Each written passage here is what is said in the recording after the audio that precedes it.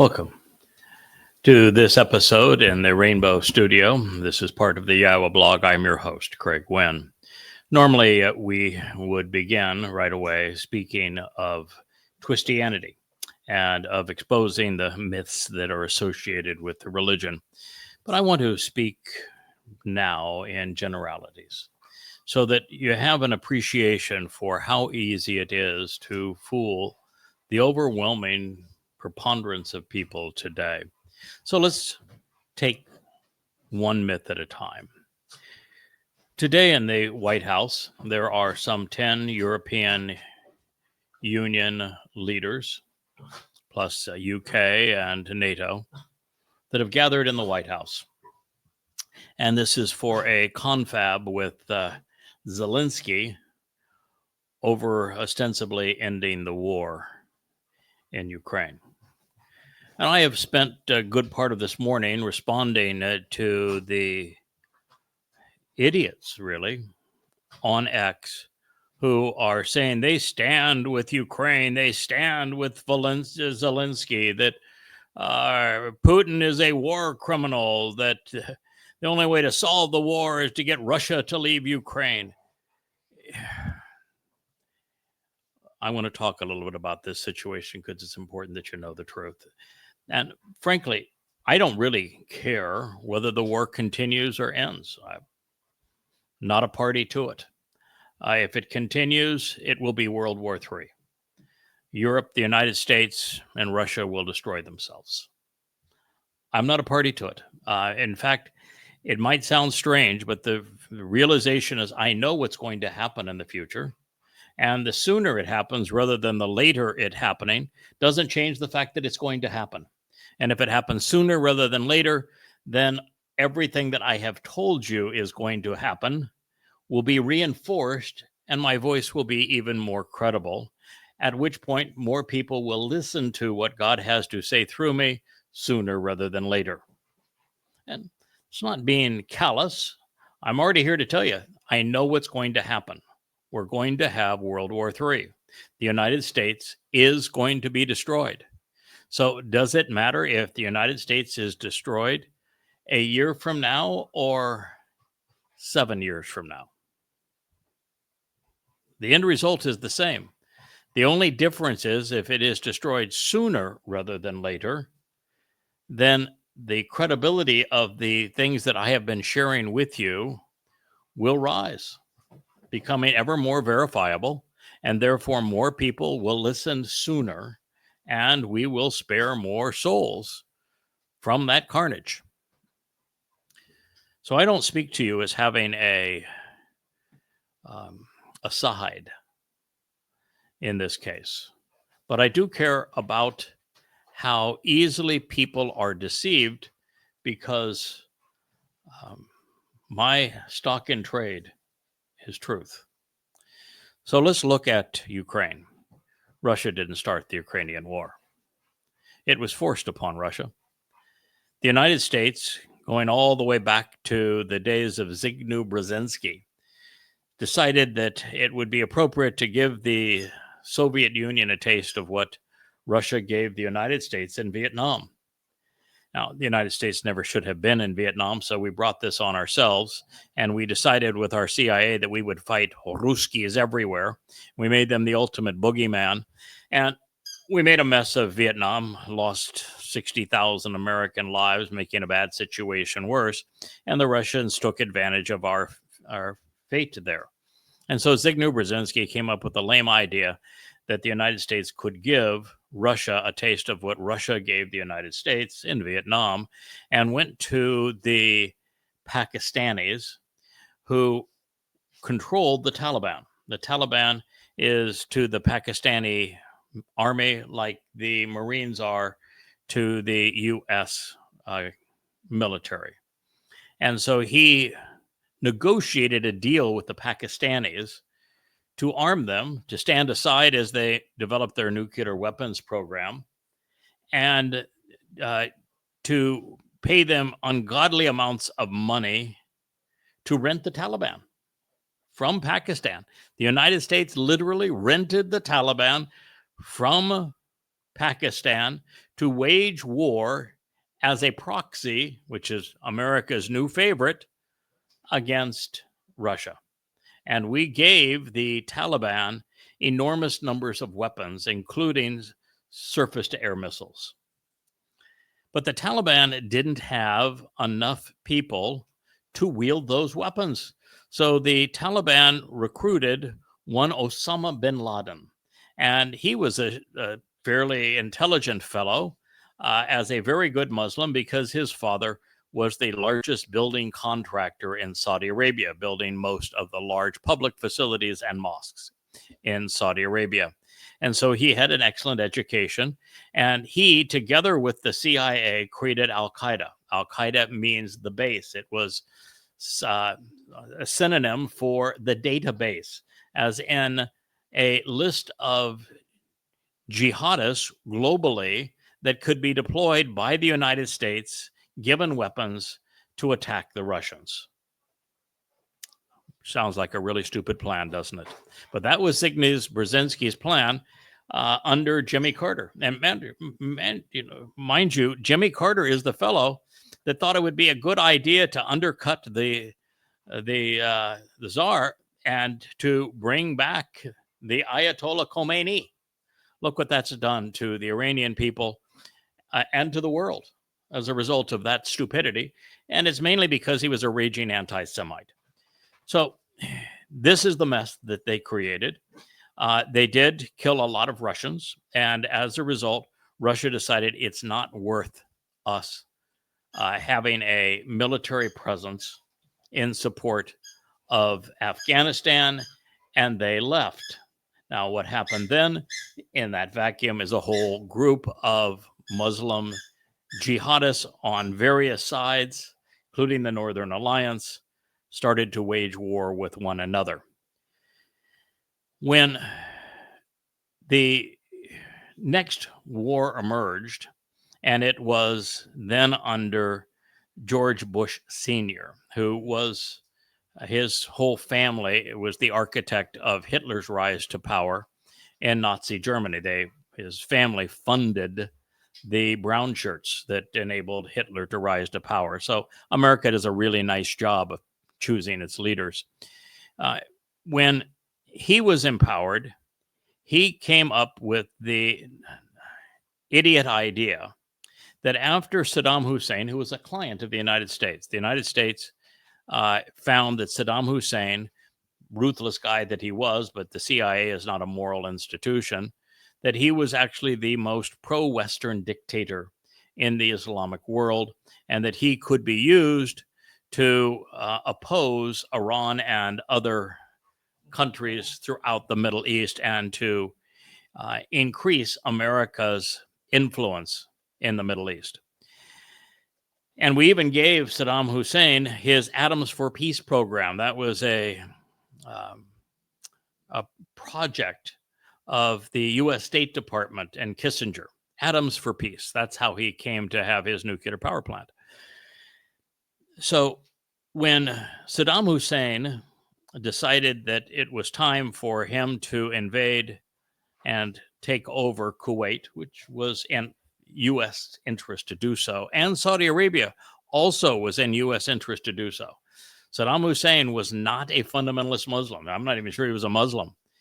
He had banned all fundamental Islamic groups from Iraq, unlike Saudi Arabia and Kuwait that were financing those fundamentalist Islamic groups around the world. That's why the overwhelming preponderance of the 9/11 suicide bombers were Saudi Arabians, is because they funded these things through their mosques around the world. Saddam Hussein and Iraq invading Kuwait, and had they been allowed to invade Saudi Arabia, would have been vastly superior for the world and the United States.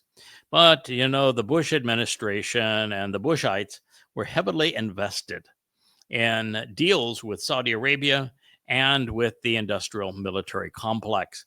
And so they volunteered to sacrifice American blood and coin to push Saddam Hussein, who had been an ally, out of Kuwait so that he could not invade Saudi Arabia.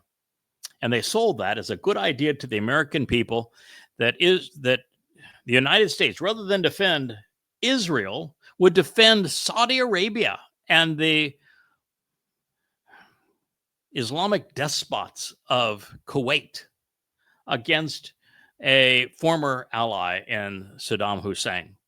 And when the United States volunteered to do this, at the same time, Osama bin Laden, who was a recipient of CIA weapons, military weapons, had known that he had defeated the Russian military in Afghanistan and forced them out.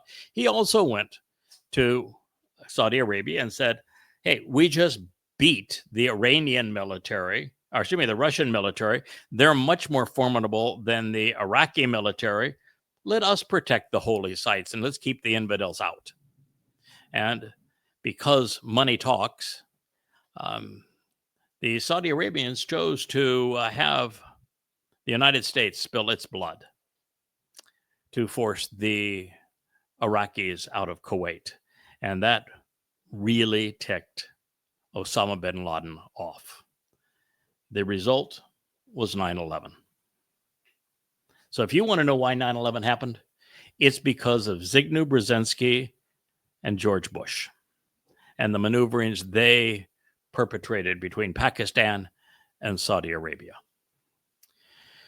Now, this leads us to the position where the United States continues to be unable to learn a lesson and thinks that it is in our interest to manipulate everyone in the world and to change regimes and to enforce American supremacy everywhere, so that if any other country shows that they are achieving any level of success, that they're dissected and destroyed.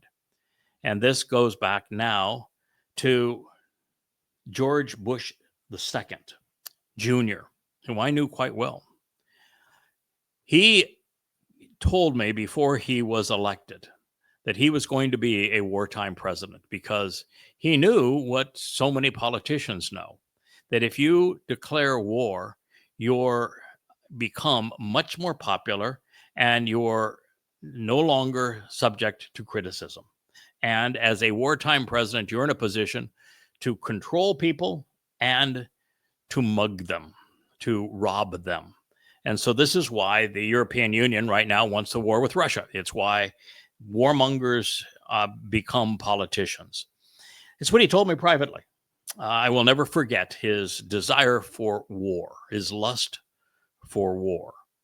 And so what he ended up doing is he came up with this lie that Al-Qaeda was in Iraq, which is absolutely untrue. A complete and total fabrication, a lie. And that Iraq had weapons of mass destruction, which was also a complete lie. And then he sacrificed 10,000 American lives between Iraq and Afghanistan on those two invasions, saying that we were going to hold Afghanistan and we're going to hold Iraqi accountable for 9/11. And America's, patriotism. Wasn't a single Iraqi, not a single Afghani participated in 9/11. None. It was all a lie. And well over 1 million people died as a result of that lie, because that's what America does. We devour nations. And during the war with Iraq, because evidently American politicians and the military can't count, they said, oh, now it's time for us to have a vote and let the Iraqis choose their leader. It's an illiterate country. They're all Muslims. And the Shiite Muslims from Iran outnumber the Sunni Muslims 2-1. They had a vote. Guess what they did? They voted for a government that unified Iraq with Iran, effectively giving Iraq to Iran, making it the largest oil reserve of any country on earth. That was really stupid. Then, because they had made such a stupid mistake, Petraeus, General Petraeus, being a complete ignoramus, decided maybe the solution, now that we've empowered the Shiites and their militias are killing Americans, is we'll give guns to the Sunni jihadists, and the Sunni jihadists will tell them they're going after Al-Qaeda. Well, there was no Al-Qaeda in Iraq ever, and Al-Qaeda was a Sunni organization. You're not going to arm Sunni Muslims to go after Al-Qaeda. You could arm Shia Muslims to go after Al-Qaeda, but we had already done that, and they weren't going after Al-Qaeda because they weren't there. They were killing Americans instead. So he gave copious amounts of guns under what was called the Awakening Program, under the illusion that Sunni jihadists would go after the mythical Al-Qaeda in Iraq. Well, what did they do? They turned their sights on Mosul, and they raped and murdered and abducted tens of thousands of Yazidis. They became the Islamic State. The Awakening Program that America started became the Islamic State. It was first the Islamic State in Syria, and then just became the Islamic State. And then we said, oh, we're so powerful that we eradicated the Islamic State because we killed their leader. Now Syria is controlled by the Islamic State. These are the kinds of blunders that America makes. And everyone comes back to bite us. There has never been regime change that America has perpetrated that hasn't been disastrous. So not able to learn the lesson, we come to Ukraine. We made a deal. Secretary of State Baker happened to be the person who made the deal with Russia, saying if you release East Germany and unify Germany, then to West Germany, we'll make a deal with you that since NATO really has no purpose now, NATO will never advance beyond where it is and never any closer to Russia. We are immediately welched on that deal. And then after doing that, America's CIA and military industrial complex and bankers, the elitists, decided that, Russia has great resources and minerals and energy wealth. We could start a war, a proxy war with Russia using Ukraine, and then we could slice Russia up and take control of it. That was the plan. And these ruthless, immoral thugs, Lindsey Graham being a leader of it, John McCain, who I also knew quite well, being another leader in this thuggery, Victoria Nuland with the State Department, and over the course of 5 U.S. presidents, came up with the scheme that we could wage a proxy war using Ukraine as cannon fodder to destroy Russia so that we could dice it up and use it as we wanted. And this began with regime change. And even before regime change, we began to plot our way into Ukraine by replacing the Russians as the monetary benefactors. You see, the Ukrainians were more anti-Semitic and more ruthless than any other country in Europe, far worse than the Germans who became the Nazis. And they are known to be the most graft-ridden country in Europe. And so they can't run an economy. They are absolutely require monies to be given to them from outside sources, which they never pay back. And so Russia had a means to get their money loan serviced, which were the pipelines between Russia and Europe that went through Ukraine when Ukraine was part of the USSR. The United States had nothing. But the International Monetary Fund of the United States decided that we would offer more money on better terms to Ukraine to knock the Russians out. Unbelievably stupid. And what was at the time a couple of $2 billion has now become $500 billion. Is what we've squandered.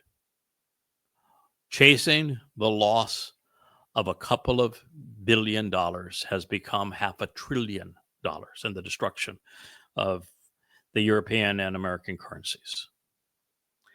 Now, you would think that would be bad enough, but nope. The next thing that was decided is that we would overthrow the popularly elected government of Ukraine. We say, oh, we're pro-democracy. No, we're not. We went in deliberately to overthrow the government. We armed the protesters. There are State Department cables that have been exposed that are absolutely confessions of what we did. And we even have the State Department said, yep, it's a true cable. Yes, we did that. So what? It's a great idea, wasn't it? Look at that. We overthrew the government.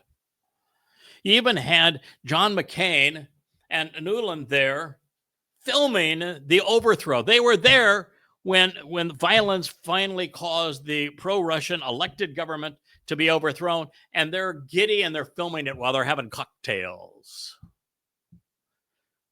Now, you'd think that would be bad enough, wouldn't you? No, it gets worse. There is video of John McCain and Lindsey Graham, both senators at the time, in Ukraine, telling the most Nazified militias in the Ukraine, they're part of the Ukrainian military, that their war would be America's war, and that they would go as a proxy to fight Russia, and that they would defeat Russia because America would give Ukraine whatever weapons they needed for as long as they needed to go off and kill Ruskies. And you don't think that's true? Search for it. It's not hard to find. Nice speech by Lindsey Graham and John McCain, declaring war on Russia as a proxy war. And Lindsey Graham even comes back and he gloats about it. Well, he says, what a great thing, man. We get to try out and test American weapons, and we don't lose any American lives because we got the Ukrainians fighting and they're killing Russians. Oh man, what a great deal this is. This is your country, America. This is the history of how that war began. And then the thing that was the glue that held Russia and Europe together was Russia sold natural gas to Europe at a discounted price, and it caused particularly the German economy to flourish. But America doesn't like a threat from anybody. Well, Joe Biden blew up the damn pipeline as an act of war before the invasion. Then when Putin says, listen, you're in ongoing discussions to make Ukraine part of Russia. As a matter of fact, the vast majority of the military maneuvering of NATO in the 10 years before the war was in Ukraine, which wasn't even a member of NATO. They were this kind of honorary member. And so the NATO had most of its military drills in Ukraine. We did exactly what the plan was to put weapons in Ukraine, weaponize the Ukraine so that it can threaten Russia. And when Russia said, you can't do that, we have vital security interests here. This is like the Cuban Missile Crisis, if you're not too young to remember what that was all about. Didn't we just do this in the 60s? And in the Cuban Missile Crisis, what nobody understands, because, well, the Kennedys were really good at propaganda. The United States deployed nuclear missiles in Turkey next to Russia. The Russians didn't like that very much, and so they asked us to take them out. We were unwilling to do so. So that was a provocation. So what did Russia do? They started transferring nuclear missiles to Cuba. Well, we didn't like that very much. So we entered the Cuban Missile Crisis.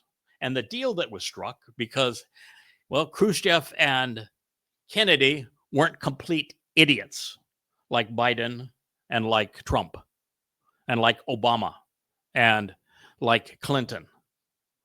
And so when, rather than have a nuclear exchange, they agreed, we're going to pull the missiles out of Cuba so long as you commit to pull the missiles out of Turkey. And as a sign that you lost this conflict, even though you'll claim otherwise because Russia didn't care who got the credit, you'll sign an agreement that says you'll never invade Cuba. The U.S. lost that exchange, and yet it's considered Kennedy's greatest achievement. And to his credit, he avoided World War. To his credit, he was given all of the credit. However, because he de-escalated war with Russia, that's why he was killed. You want to know who killed John F. Kennedy? The CIA. Why did they kill him? Because he didn't play along. He wasn't one of their warmongers, which is where they make all their money. There's a bit of truth for you. How about that? Now, you're going back to the Ukraine. The United States did everything, and then Russia waited on the border for months and said, pull the Ukraine out of negotiations for NATO, stop holding military exercises in the Ukraine, stop threatening us with the Ukraine, and we will go back to lives as normal. Nope. We wanted the war. We started the war. And well over 2 million people have died because of our gross immorality. And the only thing worse than America being responsible for using NATO to kill 2 million people is that we blame Russia. And so all the little accounts on X, oh, Russia, he's Putin, he's a war criminal. Oh man, how can we surrender? You can't surrender. You can't give up any land. Do you know that war was ended? It was done. It was over in the accords drafted in Turkey. And this was over 2 years ago. And both sides agreed. But then the CIA in the United States, and it was Boris Johnson, with the delivery boy for MI6, says, no, don't sign the agreement. I know you agreed to it. Don't sign the agreement. And as a result, since that time, Russia says, okay, you want war? That's what we're going to do. We're going to propagate this war on our terms. And they have cleaned our clock. They have destroyed NATO. They have made a total mockery out of the European Union.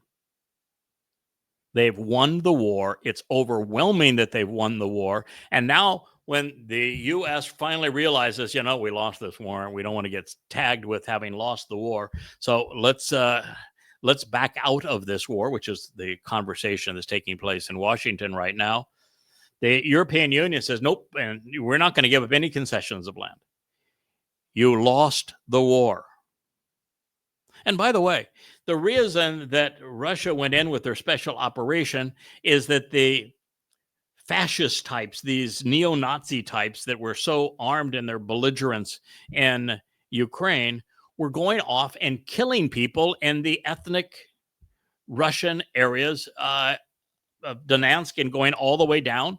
And because they were tormenting them after they were given power by the United States coup, it was a slaughter of Russians. And so the Russians said, no, you're not going to, those are Russians. You're not going to do that. And, now the Russians control those areas. They're not going to give them back. No way, no how, under any circumstances. And if the war continues, they're going to take Odessa. They're going to go to the Dnieper River. And they don't want anything past that, but they may take Kiev only to remove Zelensky and company so that they can actually end the war. But they don't want anything in the west of Ukraine. Those people are con men. They're belligerents. They're ruthless. They hate Russians.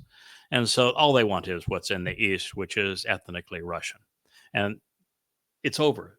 They have claimed it. If you want to continue to war with them, then by God, please, I hope that Donald Trump actually has some level of backbone. He's got to do something good because, he's in the role of the Antichrist. He is demon possessed, and Satan's not stupid, which means that he has to have a win here and there. He has to have something that he's actually achieved that is beneficial, and pulling the U.S. out of that war would be an example of that. And then Europe would be tagged with the loss. We'll see what happens. We know the end result is America is destroyed, and it has to either be destroyed by Russia or by China, and Russia has shown great restraint. So has China, and they're not about to do so unless they're given no choice. But to be pro-Ukrainian And to think that Putin owns and is playing Trump in this case, if that's your take on the Ukrainian proxy war, then you've been played for a fool. It's just you're ignorant. You've been played for a fool. Now, let's go on to another. Marxists who have been in league with Muslims since Adolf Hitler. And let's make no mistake, Adolf Hitler was a Marxist. It was the German Socialist Workers' Party. They only became known as fascists because the Marxists and Russia didn't want to be fighting Marxists in Germany, and so they liked the name fascist to pretend like that was different than Marxists. And it was Mussolini, who was also a socialist, who came up with this new garb and new imagery, marketing, if you will, and Hitler liked the look of it. And he says, oh, well, we can be fascists too. But there is no difference between fascism and socialism in practice. They are exactly the same beast. They run the same way. They deprive people of freedoms, freedom of speech, freedom of movement, freedom of opportunity, of prosperity, of education. They're a complete destruction to a country. I mean, all you have to do is look at East and West Germany, East and West Europe, North and South Korea. For years, when China was actually communist, and Taiwan, before the Chinese went in and Taiwanese went in and opened enterprise zone and caused the economy of Russia to be free enterprise. That was another contrast. But the young Marxists who have been indoctrinated by the idiots that claim to be scholars and professors have no clue about any of this history. And now they're out again touting the Muslims, just as Marxists have done since Adolf Hitler. And if you don't know it, Adolf Hitler's intent was to exile Jews after robbing them. It was only after the meeting in late 1941 with the Grand Mufti of Jerusalem, the leader of this part of the world for Muslims. He met with Adolf Hitler and said, "No, you need to exterminate them." And he promised that if they changed to extermination, that he would supply Muslim SS divisions, which he did. And so the Holocaust is a result of a partnership between Marxists and Muslims, just as we're witnessing this partnership with Marxists and Muslims today. And in this, what we have is Marxists so unbelievably stupid that they believe that the Israelis are the colonists and that the Israelis are occupying the land of Palestinians. But here's the truth. The most ruthless colonizers in human history, by far, are the Muslims. They went out of a tiny section of Arabia and managed in the first 100 years of Islam to conquer, plunder, rape, enslave, and murder the world from India to Morocco. And they killed 200 million people in the process. They imposed apartheid to a degree that had never been witnessed in human history, even with all of the caste systems previously. And virtual genocide. And look at any map. It is obvious that it is the Muslims who are the colonists and not the Jews. And Marxists who consider themselves to be progressive, enlightened, favor of women's rights, they have partnered with a religion that is stuck in the 7th century, that is based on racism, that would not even exist today if women were not turned into property, because that's how Muhammad motivated his goons to plunder and kill, control over women. And yet Marxists ally with them and promote genocide against God's people, Israel. One of the great lies of human history is this notion of Palestine. There is no such thing as a Palestinian. There never has been a Palestinian. There were Philistines, but the Philistines ceased to exist 2,300 years ago.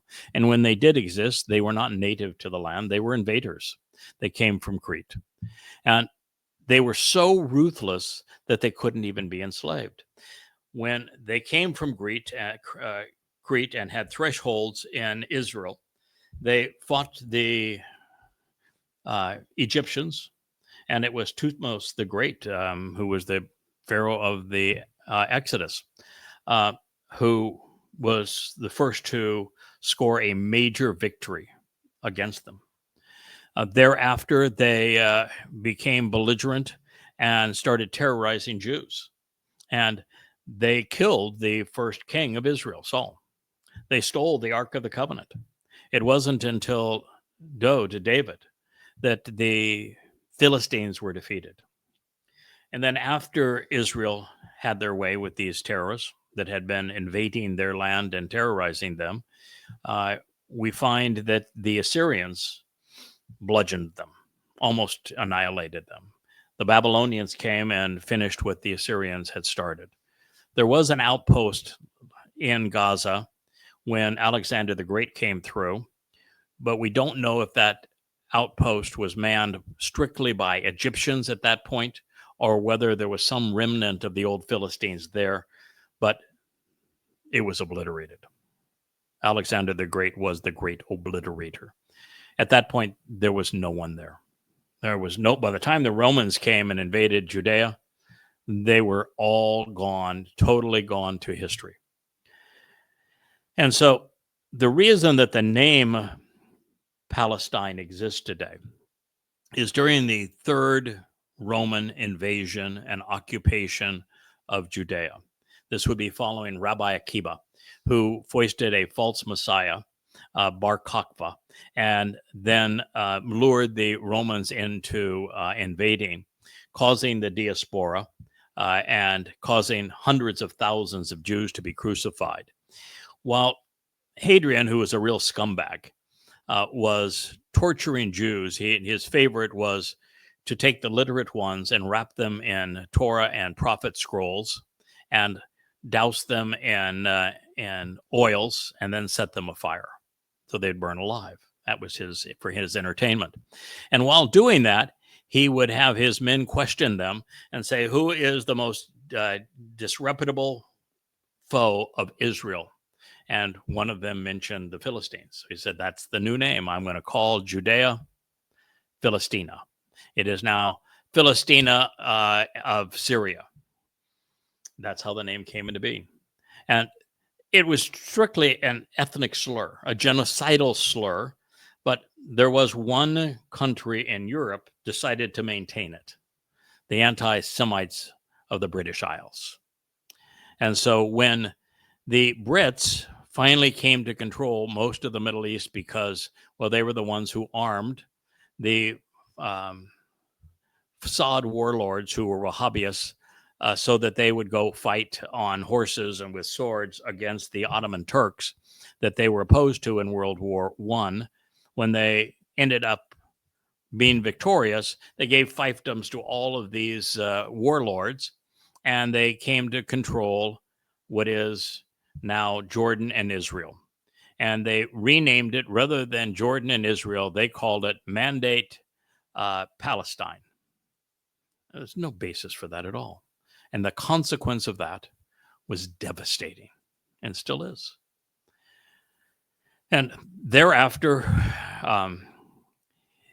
the first thing that happened is that Chaim Weizmann, who saved the British Empire, he invented synthetic acetone, which is something the Brits had to import from Germany, and they could not import it. It is a substance that is essential in gunpowder.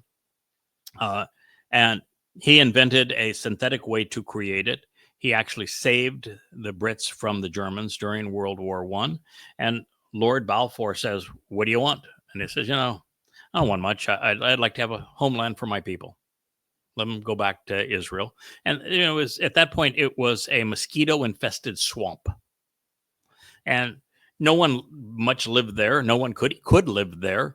And so it was either a desert or a mosquito-infested swamp.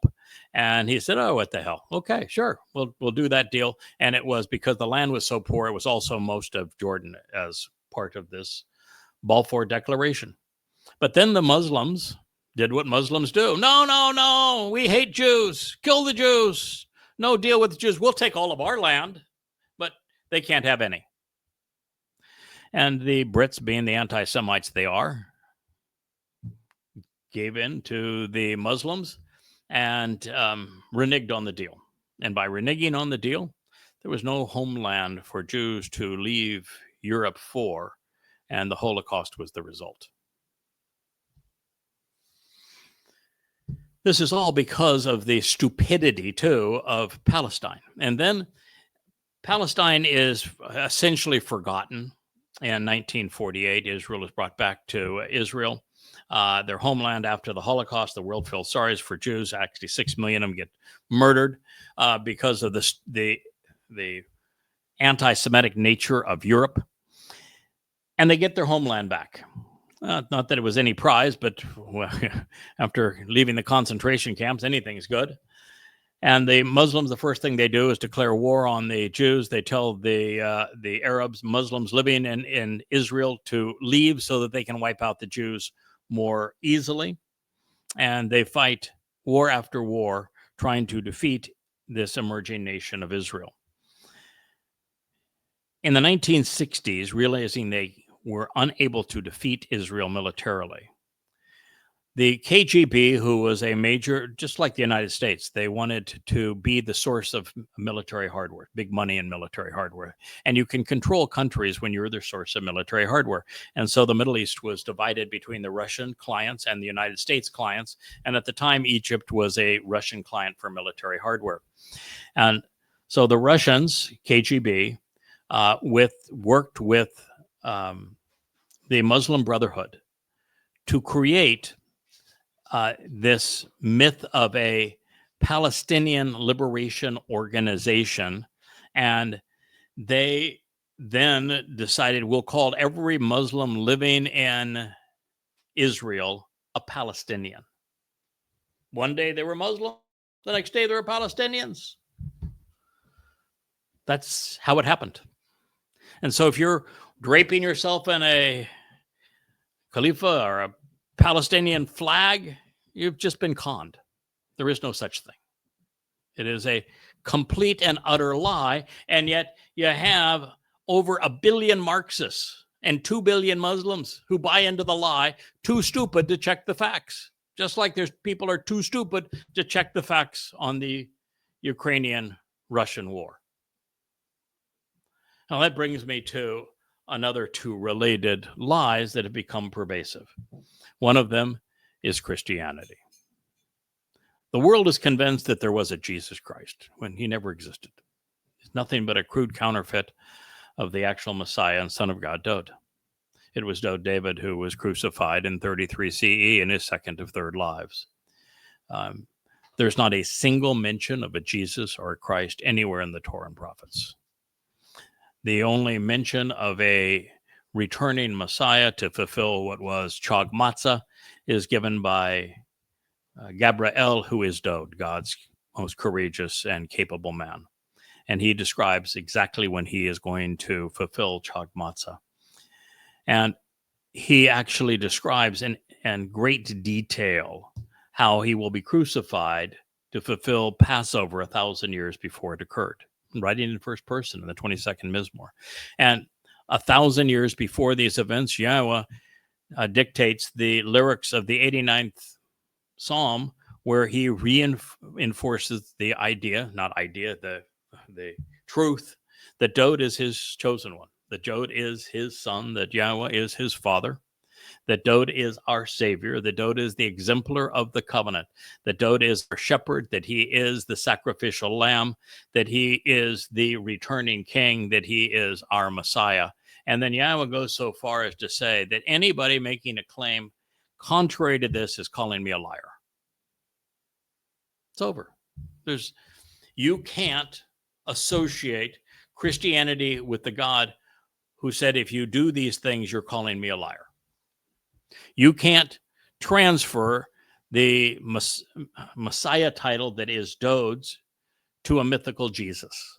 You can't call a mythical Jesus the Son of God when Dode is the only person Yahweh said this of.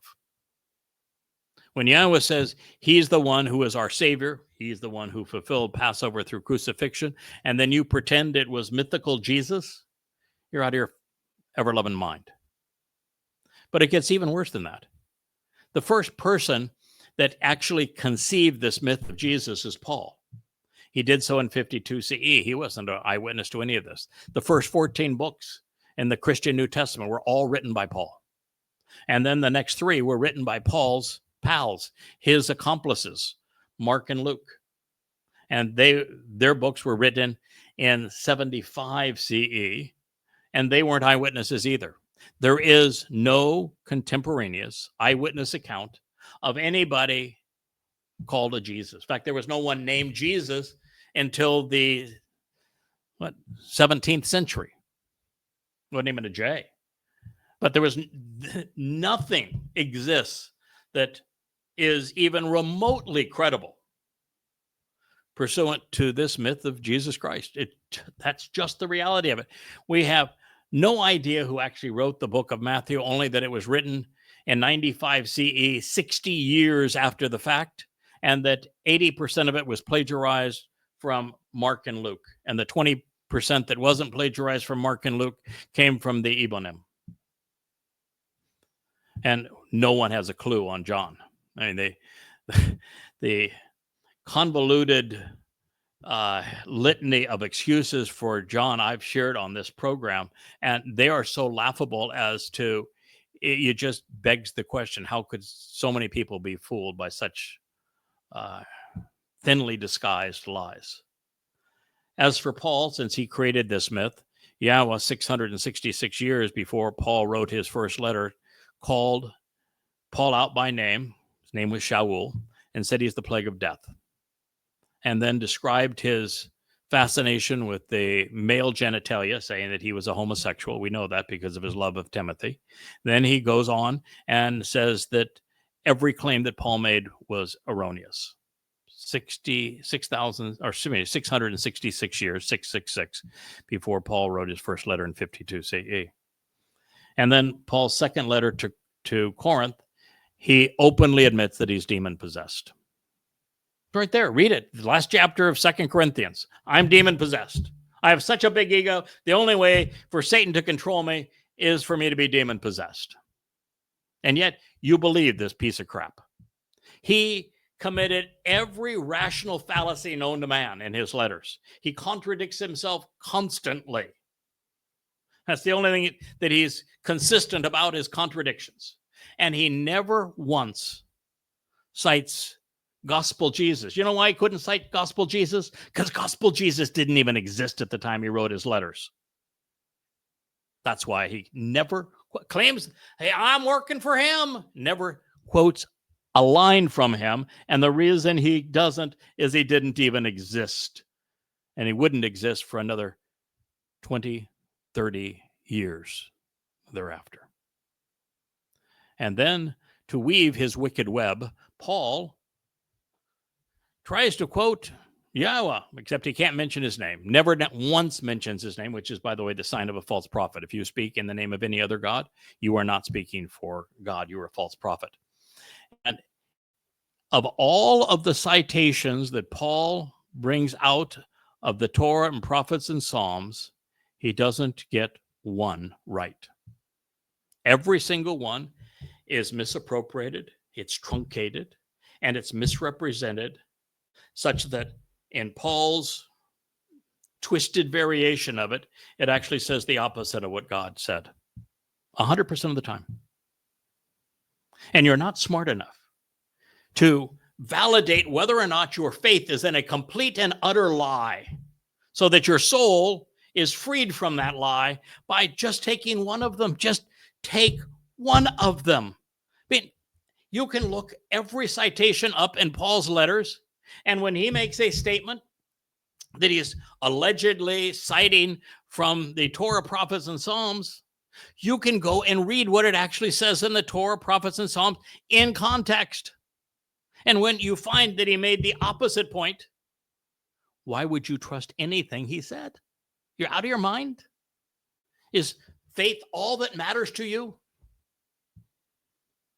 Truth is irrelevant?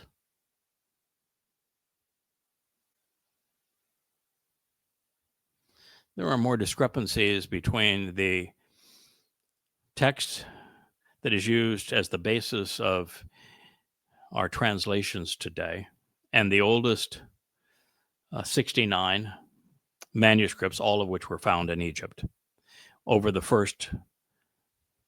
second, third, and early 4th century prior to Constantine, when textual fidelity just went out the window and people wrote whatever they wanted, including Eusebius, who created most of the most famous lines in the Christian New Testament, were written by Eusebius in the 4th century. But there are 300,000 known variances in a text of 185,000 words. And yet Christians will say it's the inerrant word of God.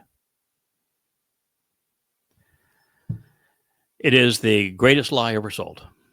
It is a complete and total ripoff of what God said about his beloved son, to David, the actual Messiah and Son of God, who is our Savior and returning King. And this takes us one more statement before I go to the next lie.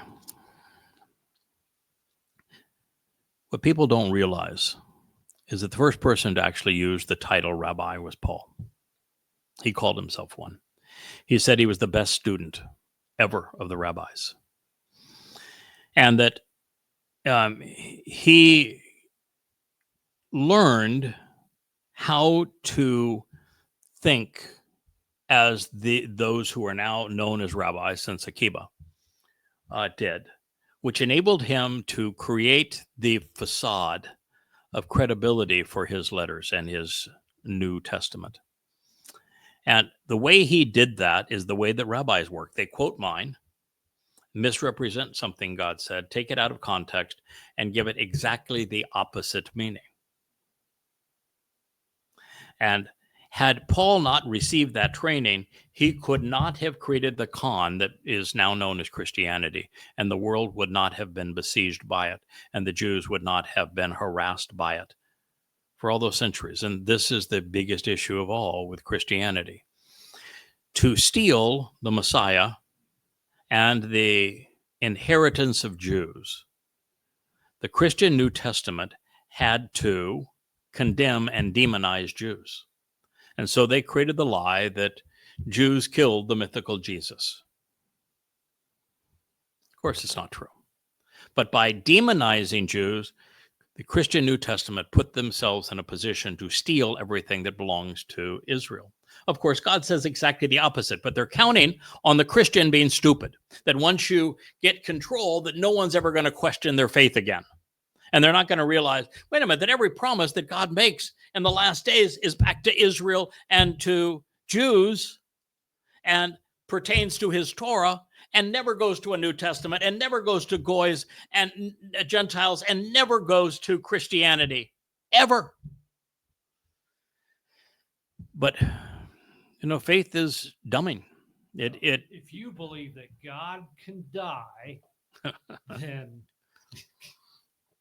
That was Habakkuk's, because God's denunciation of Paul was through the prophet Habakkuk, 666 years before Paul wrote his letter to the Galatians. And in the midst of it, Habakkuk says, wait a minute. This guy has God, you can't die. What in the world are they saying here? It's just obvious that it's false. And so, here we are. It's nothing but identity theft, and it created hell for God's people for 1,800 years. And it's a direct result of Jewish, what became rabbinical schools, teaching people how to corrupt and twist the word of God. Now, they would continue to twist it. And of course, Akiba created rabbinic Judaism by coming up with a false Messiah to compete with the false Messiah of the Christians. That was really stupid, by the way. And then, of course, it brought in the Romans again, and the Jews were thrown out of their land, and the land was renamed Palestina. And you know the rest of the story. It led to the Holocaust. That was really dumb. But what's really dumb is to be a promoter of Judaism, not acknowledging the fact that the founder of Rabbinic Judaism was the guy that had the false Messiah that lost 85,000 of his own devotees because he wasn't stupid enough to stop the spread of the disease that was killing them and blamed them for their own demise, and then baited Rome in such that Israel was renamed and Jews were sent as slaves into Europe. That's the founder of your religion. That's really stupid. But it gets far worse. You see, there was a large community, obviously, of Jews in Babylon and in Arabia, because that's where the Talmud was written, the Babylonian Talmud, which is the basis now of Rabbinic Judaism, with the exception of the Haredi. And the Haredi, that religion was actually created in the Ukraine in the 17th and 18th century. It's a Ukrainian product, another reason to be disgusted by Ukraine. But the Babylonian Talmud, written between 400 and 500 CE in Babylon, therefore, the largest community of Jews in diaspora happened to be in a place called Yathrib in Arabia. It was a date farming community. Muhammad, after the satanic verses and the Knight's Journey and all the fiasco of being a complete failure, went to Yathrib. It was the only place that would take him in, stupid Jews to take him in. And this was when he had all of the first Muslims promise what's called the Oath of Aqaba to him and to Allah, which was a promise to wage war against all mankind. And they come into Yathrib. The Jews provide housing, they provide loans. And then Muhammad finds that since he ran out of material for his Quran, he could purchase Talmud recitals from the rabbis. And he did. And almost all of the religiosity of the Quran, every mention of Adam, of Noah, of the flood, of the garden, of creation, of Abraham, of David, of Solomon, all of it came because Muhammad purchased Talmud recitals from the rabbis, and he twisted them to suit his situation and attributed them to Allah. Had rabbis not done that, there would have been no Quran, there would have been no Islam, there would have been no 1948 Holocaust war, there would have been no October 7th massacre, there would have been no Yom Kippur war. The streets of Europe and America wouldn't be screaming death to Jews. The Holocaust literally would not have occurred because Muslims wouldn't have partnered with the Nazis to bring it about.